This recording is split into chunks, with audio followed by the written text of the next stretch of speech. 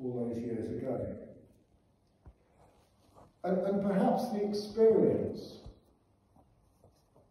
the really valuable experience of these last few months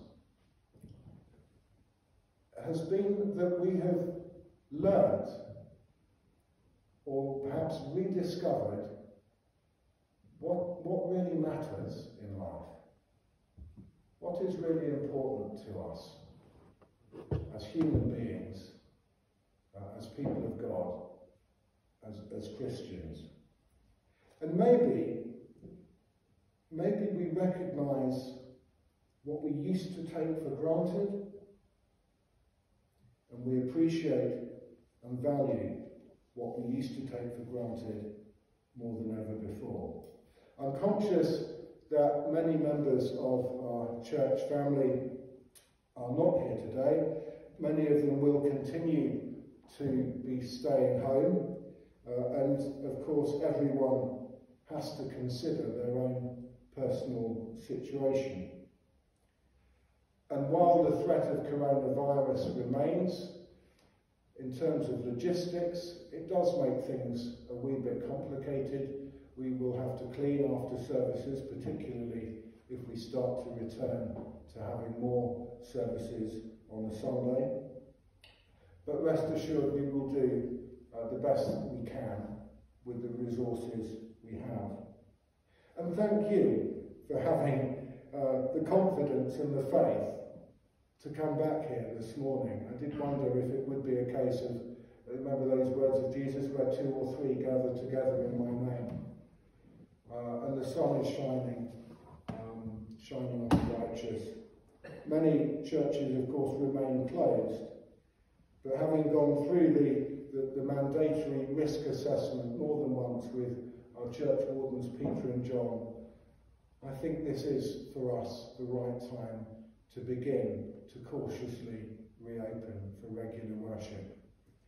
And for the time being, I don't have a crystal ball, but we will endeavour to hold a 10 o'clock communion service here each Sunday going forward. And hopefully things will become safer in the months to come, and we'll be able to do more. And you know what? I thank God that so far none of our church family, either here or at North Road, have succumbed to coronavirus. Some of us will remember our last service back in March, when suddenly we were told we had to close. And I don't know about you, but I left that day quite anxious and fearful, if I'm honest, that we would lose members of our family here at St James and at St Michael's at North Road, and we have not. And I give thanks for that. Today is a step, obviously, in the right direction, and there's much to be celebrated and taken forward from the past. And I do believe that God is still very much at work among us. And like the Israelites living in exile in Babylon, we must discern always what God is trying to say to us now, as we look upon the past, but also begin to look to the future.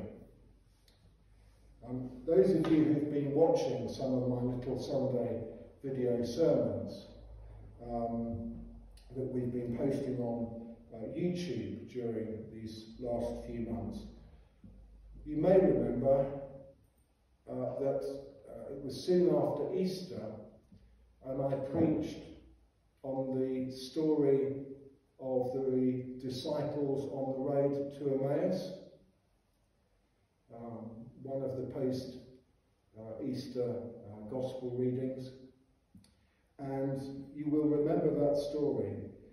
Those disciples, after witnessing the crucifixion of Jesus, these 2 men, their hopes, their dreams dashed, they escape, they leave the sad environment of the city of Jerusalem, and they walk back to their home, the village of Emmaus, about 7 miles west of Jerusalem. And it is on the road, as they journey home, that they meet the stranger and get into conversation with him. And it is evening, and they invite the stranger into their home to eat with them.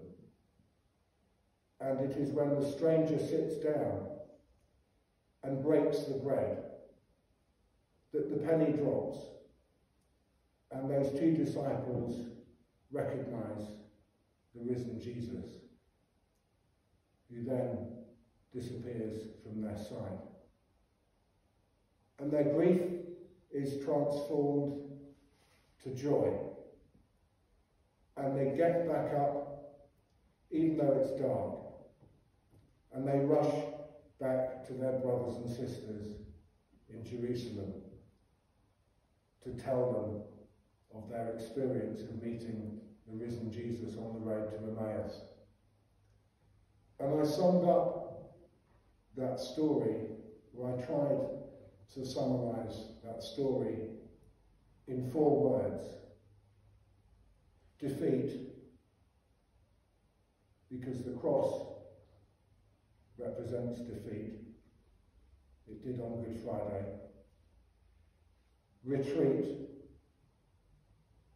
Those disciples retreat back to Emmaus, full of grief and sorrow. But then defeat and retreat were followed by joyful reunion. Joyful reunion. And that's where we are today. We are beginning the process of our joyful reunion. And I tell you, I really give thanks to God for that and for all of you. Amen.